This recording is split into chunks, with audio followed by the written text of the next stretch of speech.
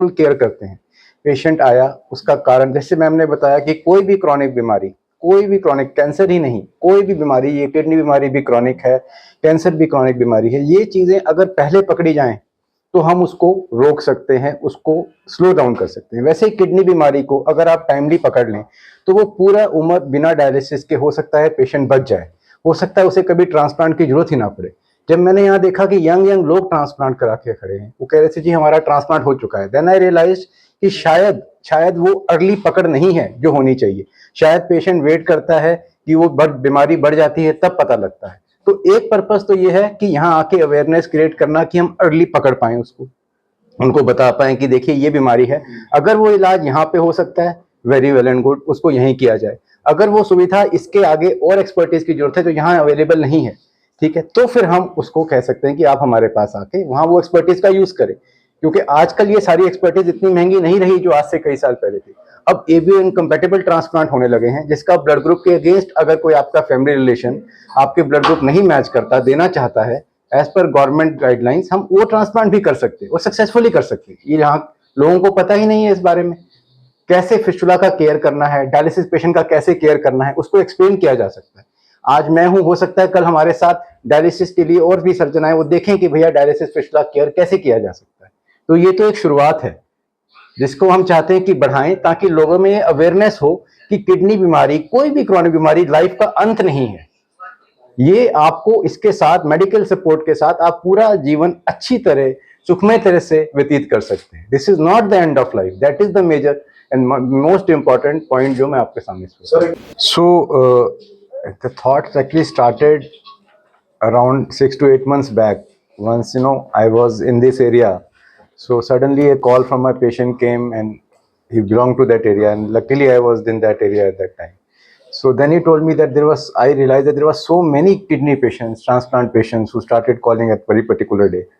And I had no idea that we had so many kidney problems in this adjoining area. So then this thought started. I shared this thought with our Fortis group, the team, and they also liked it. Yes, we should provide our whole services as far as the kidney is concerned to this area. So that triggered the whole thing. And that is why we are here along with our radiation oncology services.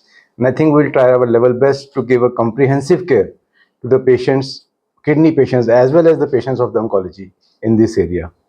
I am coming to Jammu for oncology, taking part in oncology conferences और classes लेने के लिए, बच्चों को पढ़ाने के लिए 2012 से मैं आ रही हूँ।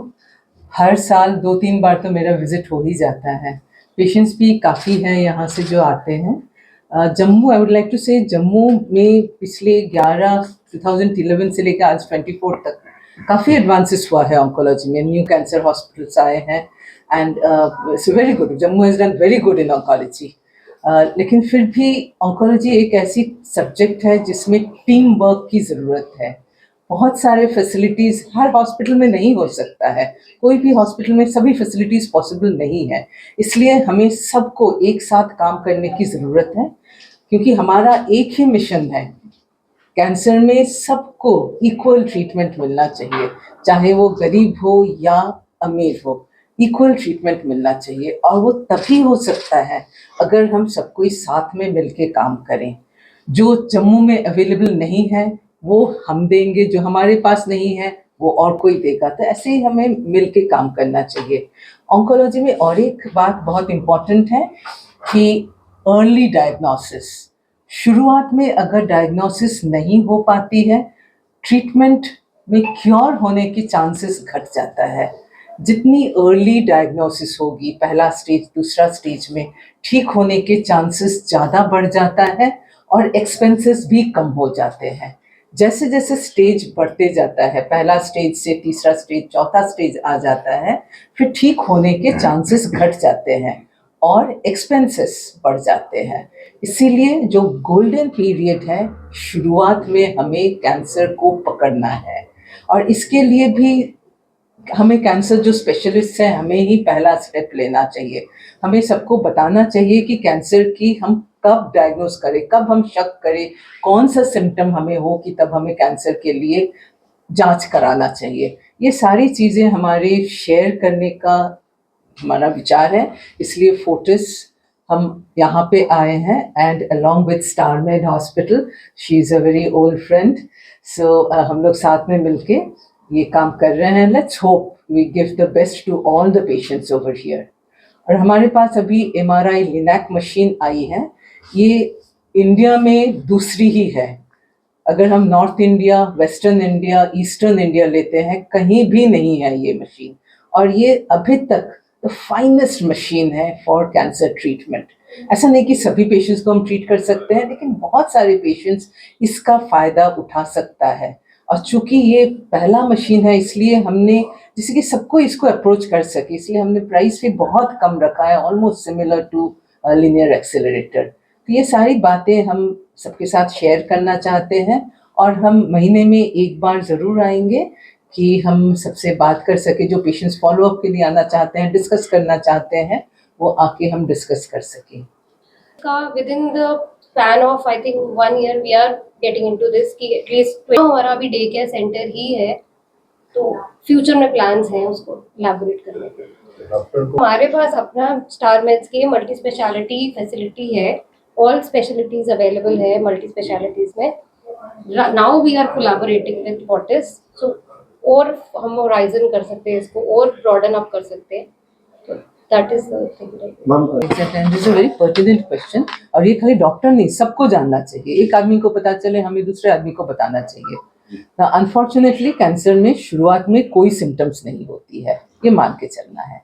लेकिन हम सभी पेशेंट्स को बोलते हैं, अगर आपके कोई सिम्टम्स हो, जैसे कि गला बैठ जाना, कहीं पे कोई गांठ दिख रहा है जो ठीक नहीं हो रहा है, कहीं से ब्लीडिंग आना, चाहे महीने के रास्ते से हो, मुंह से हो, कफ से हो, यूरिन से, पेशाब के रास्ते से हो, कहीं से ब्लीडिंग आना या पानी आना, और कहीं पे कोई घाव है जो भर नहीं रहा है, बुखार है, वेट लॉस है, वजन घट रहा है, तो इस तरह की कोई भी सिम्टम जो 3 हफ्ते तक नॉर्मल इलाज से ठीक नहीं हो रहा है, एक बार आपको डॉक्टर से मिलना चाहिए कि कहीं वो कैंसर तो नहीं है. इसे हम बोलते हैं कैंसर रूल आउट करना.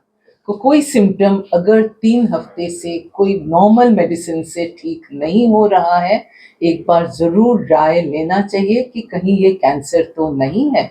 क्योंकि शुरुआत में पता चले, it is curable. Most of the cancers are curable. देखिए, खास में आपको मैं बता रहा था कि जब मैं आया तो मैंने यहाँ पे देखा 1 से 7 4 से 6 पेशेंट उसी दिन मेरे को फ़ोन करने लगा. मुझे रियलाइज़ हुआ शायद कुछ अंडरस्टैंडिंग की ज़रूरत है, कुछ एक्सप्लेनेशन की ज़रूरत है, शायद एक होलिस्टिक केयर की ज़रूरत है, और एक्सपर्टीज़ की भी ज़रूरत है. हो सकता है कि जैसे हम हमारे फोर्टिस अस्पताल में एक